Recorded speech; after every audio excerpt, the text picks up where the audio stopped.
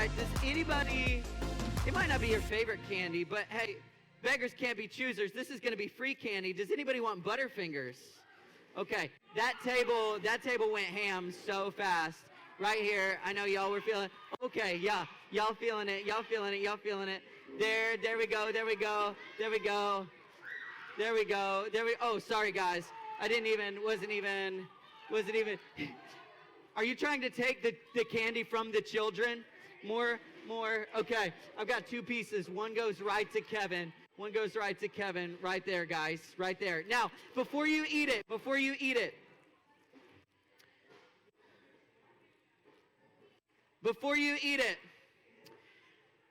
all of the candy is expired. Now, I don't think you care. And here's the deal. It's not even technically, that candy will live forever. But you know what? There's a little bit of a disappointment when you find out it expired. There's a little bit of a, Have you ever opened your fridge, like really excited to eat something, and as soon as you open it, you realize it's like molded? You ever had that? Or my least favorite is when I love fruit, and I just hate when I buy like nice fruit, good fruit, and then all of a sudden I grab it, and there's like the nasty rotting soft spot. There's the piece that just looks like an infection. You know, it's just absolutely disappointing. Now here's the deal. There's something here that is supposed to be good. It's supposed to be good, but something happens and it gets corrupted or molded or distorted or ruined, and it's not okay anymore. And I want to talk to us this morning about desires. Say desires. Now, desires are just the things that we want. Like, you on most days could say, I desire pizza, because pizza is one of the greatest foods of all time. Anybody agree? If you hate pizza, don't look at me. Okay, so anyway, we desire a lot of things. How many of you would desire a night where you could stay up as late as you want doing whatever you want? Anybody desire that? Okay. Anybody desire more than just Butterfingers in as far as candy goes? Anybody desire more than? Okay. I know you're hopeful, and you were like, please, but no, there's no more candy. We have desires for a lot of things, and guess what? God is the one who gave us desires, and He gave us the good things that satisfy those desires. I don't know if you've ever realized this, but the Bible says that every good and perfect gift comes from God. Everything that's good in the world is something that God made, and then He gets excited when you like it. He gets excited that you desire the things that He wanted you to desire. I mean, think about this. Have you ever enjoyed something so much that you had to share it? Now, I know when it comes to food, you're like, absolutely not.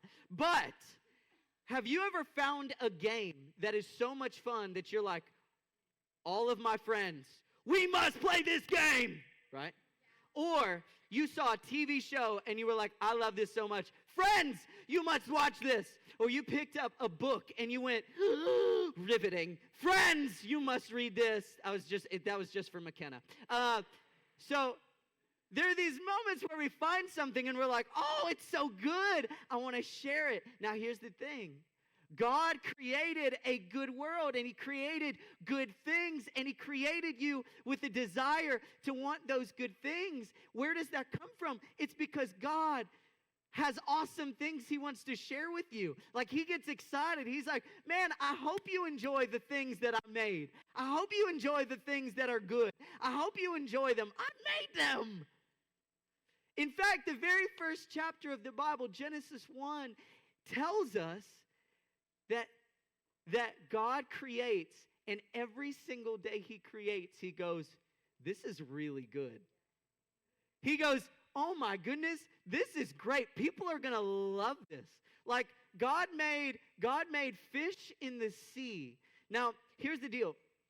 I don't know if you're thinking about fish all the time, but let me just ask a simple question. How many of you like to fish? Anybody like to fish? Okay, keep your hand up, keep your hand up. How many of you like eating fish or something that lives in the water? Okay, keep your hand up, keep your hand up. How many of you like a fish to look at or to touch, like dolphin, anything like that? Any manatees, anything in that? Okay. All right, put your hands down. There's a place in which all of us are like, hey, this is pretty cool. And God creates everything. And he goes, man, I really hope they enjoy it. So get this, desires are a good thing. They come from God. They're based on the good things that he makes. Do you know what's really wild, though? Genesis 1, God makes good things, and he says, man, I hope you enjoy them. And then in Genesis 3, something really wild happens. There's an enemy who comes in to the garden where Adam and Eve are living. Adam and Eve, the people that God has had these conversations with, saying, man, I've made good things. I hope you enjoy them. But he says, there's one thing that I don't want you to enjoy. There's a tree here. Don't eat that tree. That one is not for you. Everything else is yours. And what happens is the enemy comes into the garden and he goes to Eve and he says, you know what? I know God said you shouldn't want it, but it looks good, doesn't it? Genesis 3, verse 6.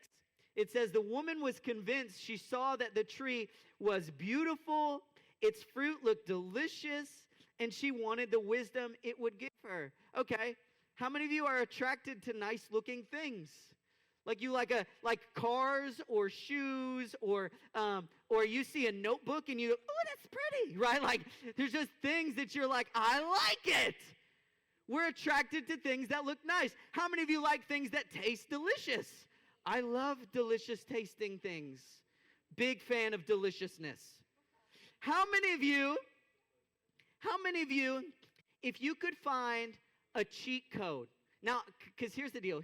I imagine some of you are like, I don't know that I really want something that gives me wisdom, but here's how I'm going to say it. What if there was a piece of fruit that you could eat that would make sure that every test you take from now till the end of school, you would get A's on? How many of you would be on board with eating that? Okay, I think most of us are on board. We like the idea of being really smart from something so simple. And here's the deal. Every one of her desires told her to eat this thing. Her desires led her to sin. Now, here's what's so crazy. The desires, sometimes in our mind, are for the good things that God created, that he wants you to enjoy. But sometimes there's a rotting that happens on the desires, and I'm worried that sometimes those desires, we don't ask if they're good desires or bad desires. And we let them play in our mind, and they could lead you to sin. And so it's really important this morning that we understand the difference between the good desires that God created and the bad desires that the enemy corrupts and rots.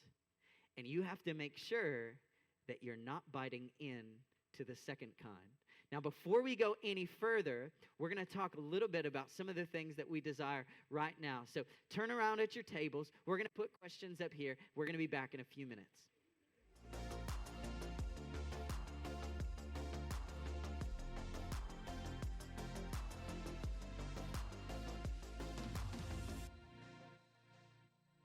All right. Now, let me get you back. And in fact, I don't want you to say, but I imagine that all of us can think about good examples of desires, like things that we desire. You might be desiring lunch right now because it's right in that window. We're getting hungry for lunch. You might be desiring that like there's no school tomorrow, but that's a mirage. That's you still have school tomorrow. You might be desiring I don't know, there's some things there that you might desire. There's also probably some things that if we were really honest, that maybe those desires aren't great. In the Bible, James 4, verse, I think it's 4, but I think I wrote 1. Maybe it is 1.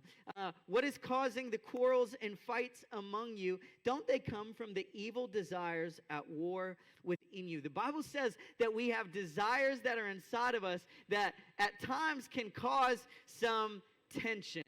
And so I want to talk to you this morning about how do we know the difference between the good desires and the bad desires.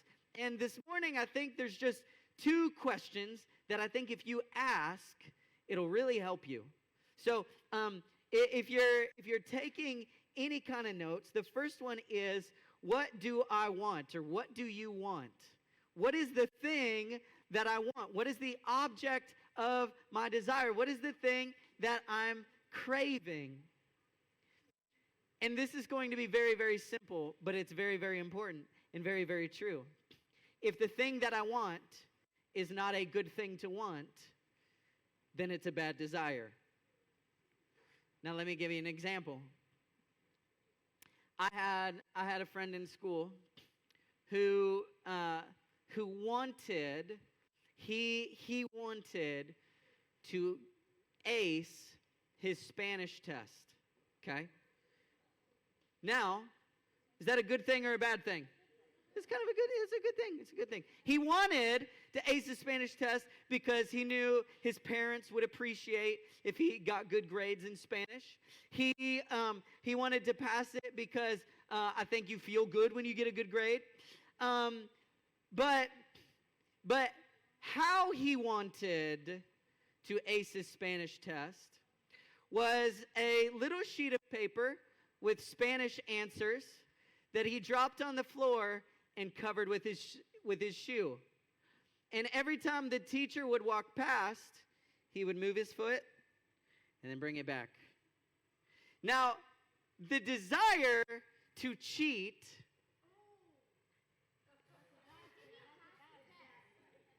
no, he got caught. So, now here's the deal.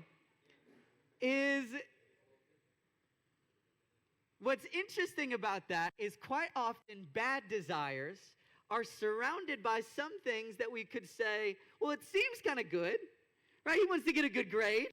He wants to make his parents happy.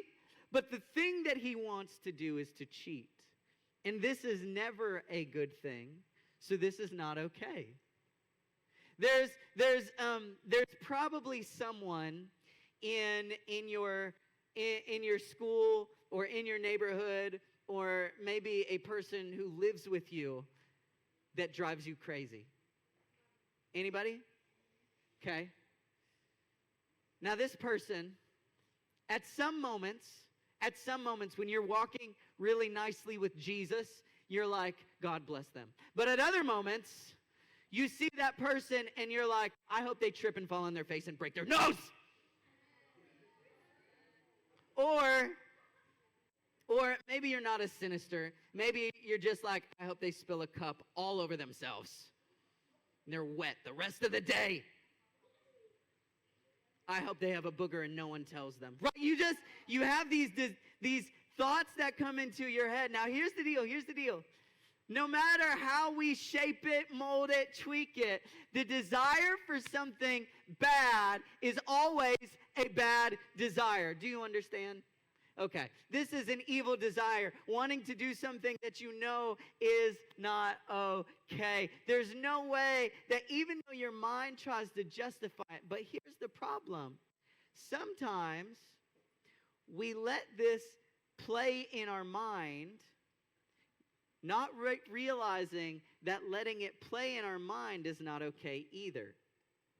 See, here's the deal. Sometimes you go, well, I'm just thinking it. I'm not doing it. I'm not tripping the person. I just want to. And the Bible says, no. The evil desires themselves are not things that we should hold on to or keep or use our brain power on. So if the thing that we want is not okay, it's not okay. The Bible also talks about, it uses a word called lust, which means to want someone romantically but more. And here's the deal, is it okay to find somebody attractive? Absolutely. In fact, Genesis 1 and Genesis 2, when Adam first sees his wife Eve, he's like, oh my goodness, she's mine. It's so adorable. But, there's plenty of temptation to want people in the wrong way, to want people inappropriately. And let me tell you something, that the Bible says that there's no scenario where wanting somebody that does not belong to you in marriage is okay. And so it's not okay to crave things like really sexual things like that. So the object itself is not okay. This is where y'all got real quiet. All right. Hey, this is where the real tension lies, where the object, the thing, is in itself not a thing that's okay. So we have to ask, what is it that I want? Because if the desire itself is not okay, then it's not okay. There's another one that the Bible talks about. It's coveting. Coveting. Now here's the deal. Coveting is wanting to take something from someone. In Exodus 20:17, it says, you must not covet your neighbor's house. You must not covet your neighbor's wife, male or female servant, ox or donkey, or anything else that belongs to your neighbor. Here's what, now, those examples probably make very little sense to you, and that's okay. This was at a time that nobody was coveting anybody's video game systems. They were like, man, I wish I had his ox. So totally different world. But here's the reality. The Bible says that wanting to take something from someone else is a bad desire. Why? Because I want it because it belongs to somebody else. I want what is somebody else's for me. I remember being at a friend's house at a sleepover. We were hanging out, we were playing, and I don't even remember what toy it was, but I remember we were playing with some toys, and I remember asking him, hey, can I have this toy? And he said, no. And I was like, that's absolutely rude.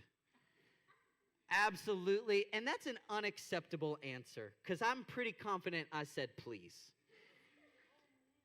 So here's what I did. When he wasn't looking, that toy made it in my red, blue, and yellow duffel bag and got zipped up. Now what happened?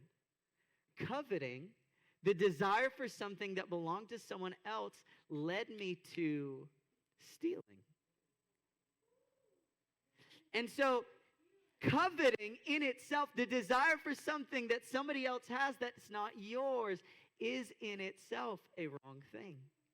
So if the thing that I want, ask yourself the question, is what I want not okay to want? The next question is, why do I want it? Why do I want it? Because here's the thing, there might be something that it's an okay thing to want, but you want it for the wrong reasons. Let me give you an example. The Bible talks about envy, which is the desire to take something from another person. It's when I want I want something that you have. Sometimes envy doesn't have to be like a thing.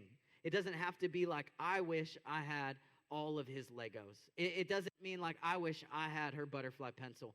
It doesn't mean any of those things. Sometimes envy is, I wish I was as smart as they were. I wish I was as ... I wish I had that. And instead of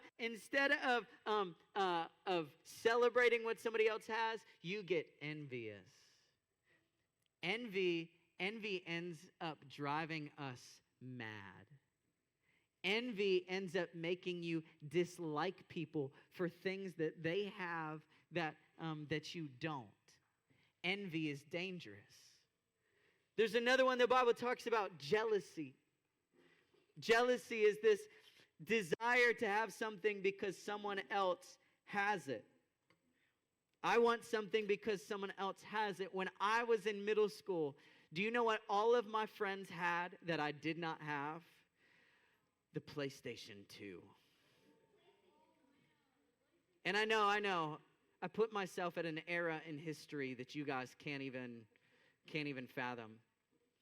But the PlayStation 2 was the thing that I was like, I want a PlayStation 2. Why? Can I tell you, when I was in middle school, I couldn't name a single PlayStation 2 game that I would have wanted to play. But all of my friends had PlayStation 2s. So I wanted one because all of my friends have it.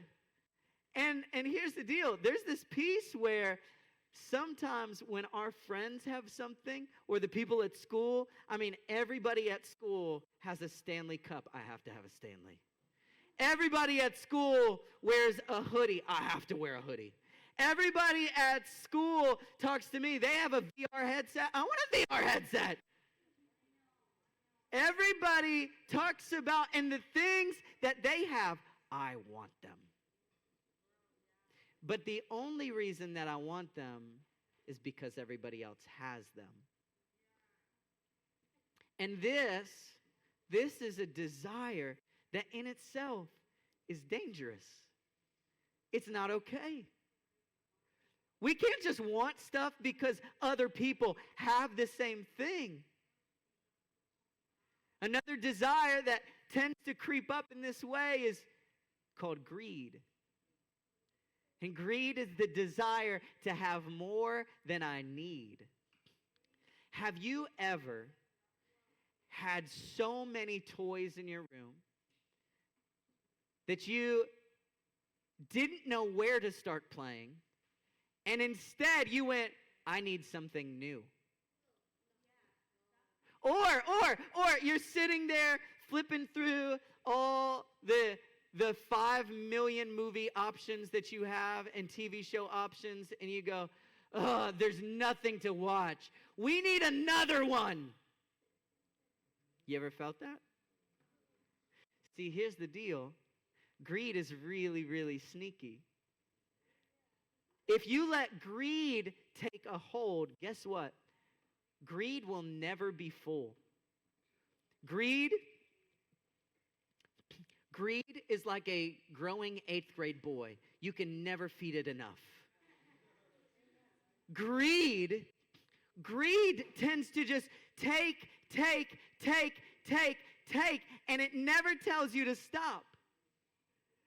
And this is what makes these things so dangerous, is that they never actually satisfy. Greed never satisfies. Jealousy never gives you what you want because there's always more things to want. There's always something that somebody else has that's better than what you have. Envy will drive you crazy.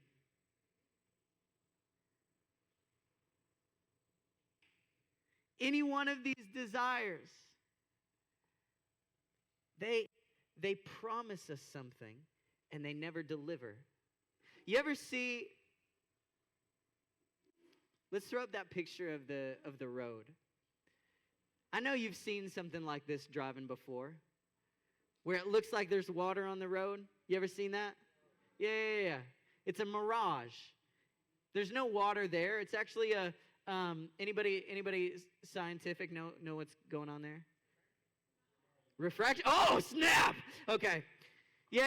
So it's a trick. You would start to go there, and I just remember, I don't know if you guys ever did this. I did this. I'd be in a car, and I'd see those spots on the road, and I'd be like, we're gonna get it. We're gonna get it. We're gonna get it. And it always keeps like it's just a little bit further away, and you're like, we're gonna. It's moving, right? So what happens is you never touch it. You never get close. You never can grab a hold of it. Here's the problem with evil desires. They'll never give you something satisfying. They're always out of touch. Because the desires for good things are real. God made them. They're for you. The desires for evil will always leave you somewhat empty, craving more, and it will never be enough. But here's what's absolutely beautiful. The Bible says that God gives you the power through a relationship with Him to overcome those desires. In 2 Peter 1, it literally says God's power, as you get to know Him, gives you the ability to overcome all of the evil desires.